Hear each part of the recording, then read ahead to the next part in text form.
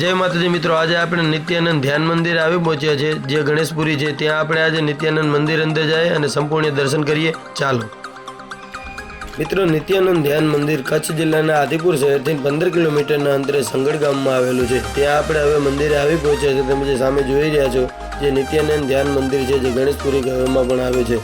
હવે મિત્રો આપણે મંદિર અંદર જાય અને તેનું સંપૂર્ણ દર્શન કરીએ। વિડીયોમાં નવા તો વિડીયોને લાઇક કરી વધુમાં વધુ શેર કરજો।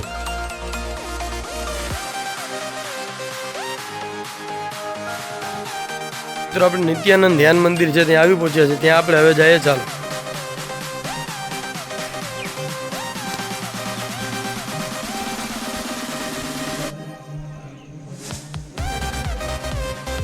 હવે મિત્રો આપણે નિત્યાનંદ ધ્યાન મંદિર અંદર આવી પહોંચ્યા છે। જે નિત્યાનંદજી મહારાજની જે ચરણ પાદુકા છે તે અહીં આવેલી છે, તમે વિડીયોમાં જોઈ શકો છો।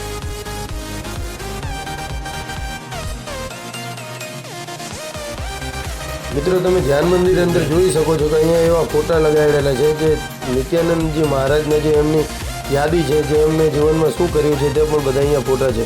હવે મિત્રો આપણે વિડીયોમાં આગળ વધીએ। ચાલો મિત્રો, નિત્યાનંદ મંદિરની પાછળ અહીંયા શનિદેવનું પણ મંદિર આવેલું છે, ત્યાં આપણે દર્શન કરીએ। ચાલો આ તમે જે સામે જોઈ રહ્યા છો જે શનિદેવજી મહારાજનું મંદિર છે ત્યાં આપણે દર્શન કરવા જઈએ। ચાલો જય શનિદેવ।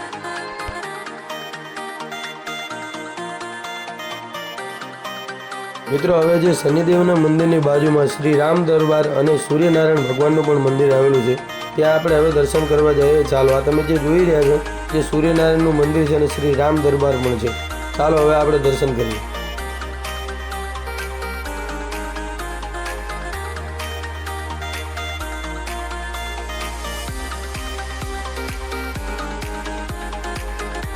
જે કૃષ્ણ ભગવાન જે ગોવર્ધન પર્વત ઉપાડે તો તે પણ અહીંયા છે, બાકી મૂર્તિઓ આલેખ છે, તમે જોઈ શકો છો।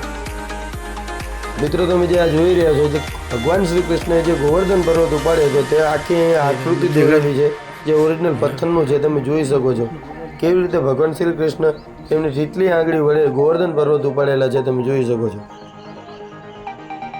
મિત્રો અહીંયા નિત્યાનંદ ધ્યાન મંદિરની આજુબાજુ ઘણા બધા મંદિરો આવેલા છે અને બાળકો માટે પણ રમત ગમતનું મેદાન પણ અહીંયા આવેલું છે। હવે મિત્રો અહીંયા મહાદેવજીનું મંદિર અને ગણેશ ભગવાનનું પણ મંદિર આવેલું છે, ત્યાં આપણે જઈએ। ચાલો મિત્રો અહીંયા ધ્યાન ચાલુ છે, તમે જોઈ શકો છો જે ધ્યાન મંદિર છે।